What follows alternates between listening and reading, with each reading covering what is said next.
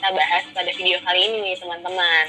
Jadi kita akan bahas terkait dengan drug related problem yang disingkat dengan DRP atau biasa disebut juga dengan DTP atau drug therapy problem.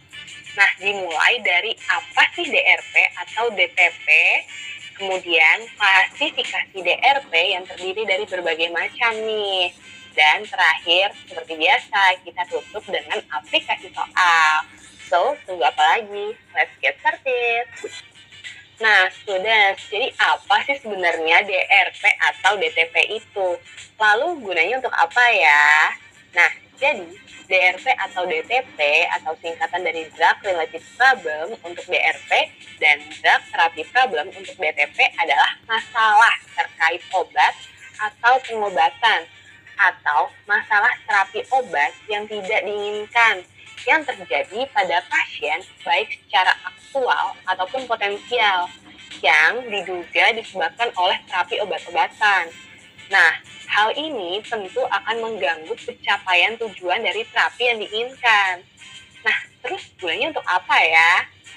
Nah, jadi fungsi atau tujuan dari DRP atau DTP ini adalah sebagai alat untuk assessment atau menilai potensi masalah tersebut sehingga bisa diberikan tindakan pengatasan yang tepat, baik pencegahan, monitoring, dan sebagainya. Jadi begitu teman-teman, kita lanjut ya.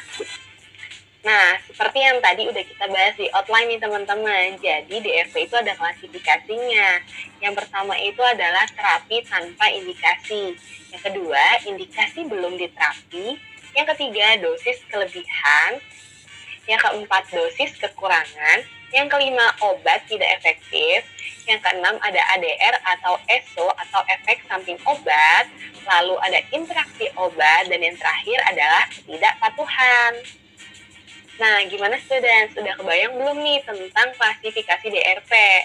Nah, biar nggak bingung kita bahas satu persatu ya. Yap, kita masuk ke yang pertama ya, yaitu adalah terapi tanpa indikasi. Nah, maksudnya apa ya?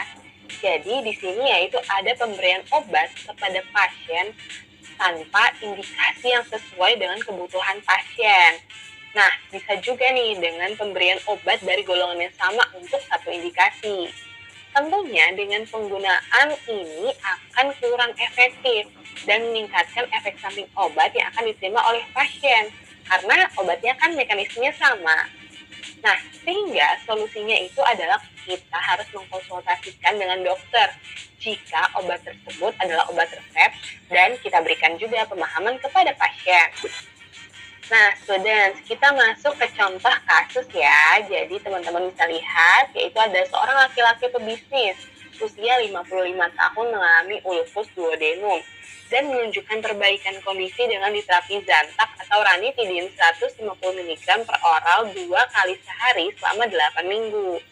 Nah, lalu laki-laki ini datang ke apotek menemui apoteker untuk menebus resep lanjutan berisi obat dengan dosis yang sama untuk melanjutkan pengobatannya. Nah, tapi laki-laki tersebut juga meminta simetidin karena katanya beliau itu mendengar dari tetangganya nih, ada yang sembuh setelah menggunakan obat simetidin. Nah, menurut teman-teman kalau dari kasus ini berarti masuk ke klasifikasi apa? Nah, betul, yaitu adalah terapi tanpa indikasi. Kenapa ya? Nah, jadi karena pasien ini ingin membeli simetidin tanpa resep dokter. Dan dia kombinasikan dengan ranitidin walaupun itu dengan resep. Tapi teman-teman harus ingat, dua-duanya itu masih dalam satu golongan obat, yaitu antagonis reseptor 2 histamin. Sehingga dia itu memiliki mekanisme aksi yang sama. Dan tentunya nggak efektif dong kalau misalkan diberikan secara kombinasi. Nah, selain itu ada juga nih keterangan yang disebutkan bahwa pasien telah terobati dengan adanya perbaikan kondisi. Jadi, solusinya itu adalah kita berikan pemahaman kepada pasien dan apoteker cukup memberikan ranitidin sesuai dengan resep. Gampang kan? Nah, yang kedua nih teman-teman adalah indikasi belum diterapi. Nah, jadi kasusnya ini adalah pasien itu kekurangan obat, sehingga ada indikasi atau penyakit penyakit dari pasien yang belum terobati. Jadi dia perlu penambahan obat sesuai dengan kebutuhannya. Nah, contohnya nih teman-teman lihat di slide, yaitu ada seorang ibu datang ke apotek ingin menebus resep dengan mengeluhkannya itu adalah batuk berdahak disertai dengan demam, suhunya itu adalah 38 derajat Celcius. Lalu ibu tersebut hanya ingin menebus resep yang berisikan Sanmol atau paracetamol. Lalu pada kasus di atas terdapat DRP apa? Nah, sudah jelas ya, yaitu indikasi belum diterapi. Karena apa? Karena dia ada indikasi keluhan batuk berdahak yang belum diterapi.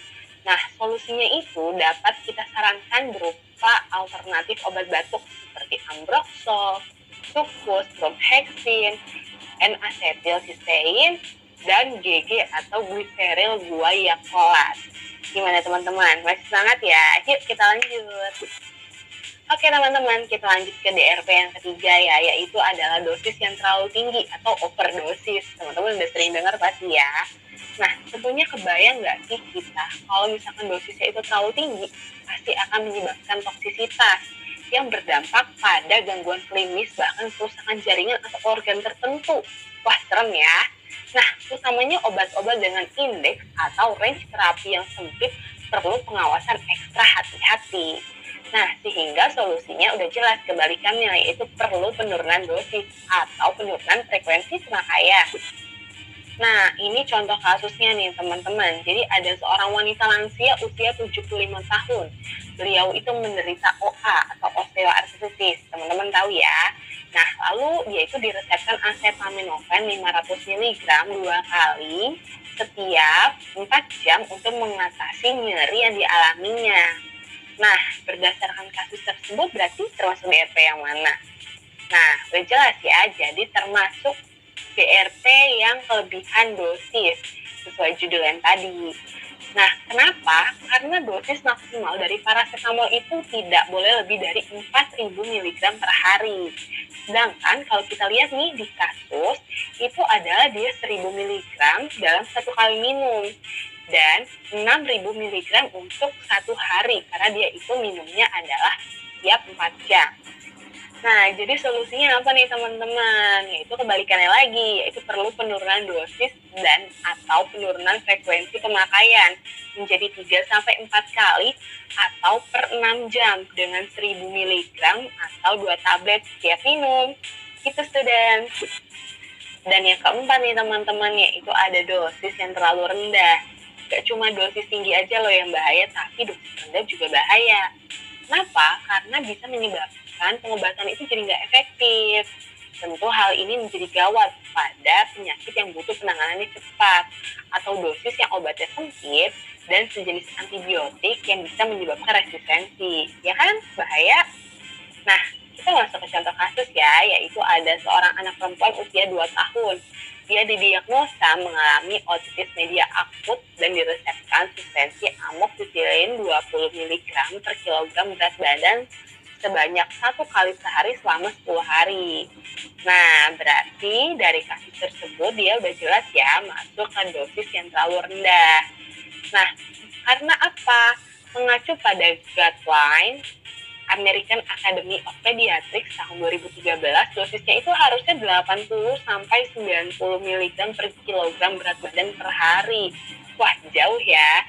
Nah, itu dosisnya dibagi dalam 2 dosis selama 1 hari untuk digunakan selama 10 hari. Jelas ya? Nah, DRP atau DTP selanjutnya yaitu adalah obat tidak efektif, yang artinya pengobatan obat itu belum menunjukkan perbaikan klinis, sehingga perlu dilakukan pergantian rute pemberian dan atau obatnya. Nah, contohnya begini teman-teman. Jadi ada pasien laki-laki usia 53 tahun mengalami serangan angina 1-2 kali dalam sebulan, sehingga diresepkan nitroglycerin transdermal patch untuk mengatasi nyeri pasien.